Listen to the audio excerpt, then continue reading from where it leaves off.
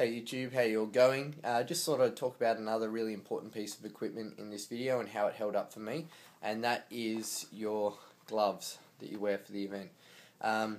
I went with these O'Neill 3-2 surf gloves.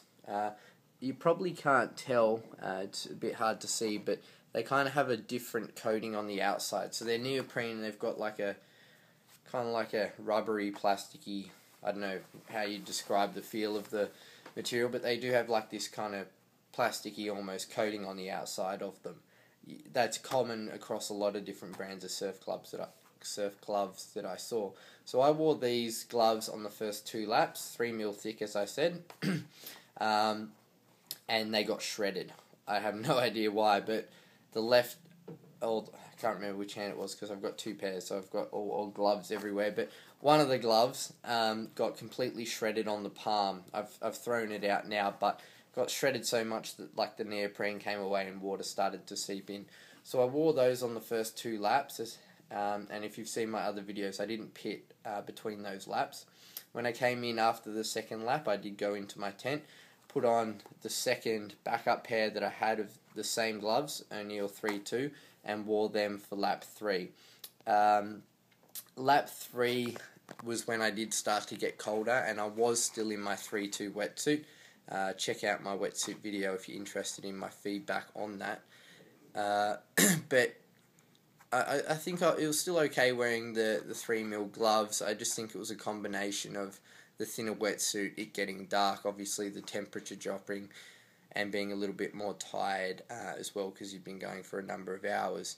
But these gloves worked really well. On lap 4, because it was getting colder, I switched into these gloves. These are a 5mm thick glove by Waterproof. Now, the benefit, they've got like this zip. They're designed obviously to be warmer because they are 5mm and they're quite a high quality glove. The disadvantage though is that they're thick, so you lose dexterity, and especially like coming out of the water obstacles where you had to climb the rope, the cargo net, and later on where you had to climb the rope, I think it was balls to the wall obstacle. From memory, these weren't the best just because they were so thick.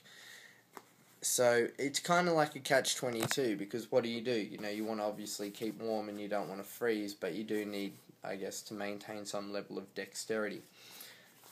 The funny thing is though, these 5mm gloves aren't necessarily that much warmer than the 3mm gloves, and looking at the design, I think, again, you probably can't see because it's you know, a bit hard to pick up on video, but these gloves are just neoprene. They don't have any coating kind of on the outside, so once they get wet, the wind chill against them, you know, really keeps your hands kind of cold in a way, whereas with the O'Neill, this kind of coating on the outside, yeah, your hands got wet, but there was no wind chill factor on your hands to kind of cool them down even more.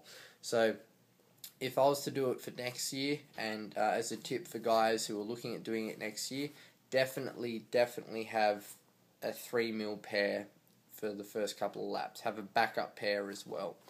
Go for a 5mm. I think it's still important to have a thicker pair so that your hands stay warm, but look for a brand that has that coating on the outside.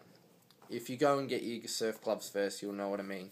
These are dive gloves, and that's probably why their construction's different. But if they're just the plain neoprene right through, I think they let you pick up the wind factor and the chill factor a little bit easier. And from a point of view of keeping your hands warm, if they just had that kind of coating on the outside, I think it'd be really beneficial. Also keep in mind that, you know, when you do switch into those thicker gloves, you are going to lose some level of dexterity, so you may actually have to, you know, take penalty obstacles. There was no rope climbing ones that had a penalty this year, but say there was like one next year that if you couldn't complete, you had to go into the Arctic Enema again. You know, that's something to keep in mind. So just weigh it up in your head, dexterity versus warmth, but I definitely take the 2 options, and then that way you've always got that choice out on the field. So that's just my post-race thoughts on the gloves, guys. What did you use? What worked for you? Do you have any questions, comments? shoot them down below, and as always, subscribe for more videos. Thanks very much.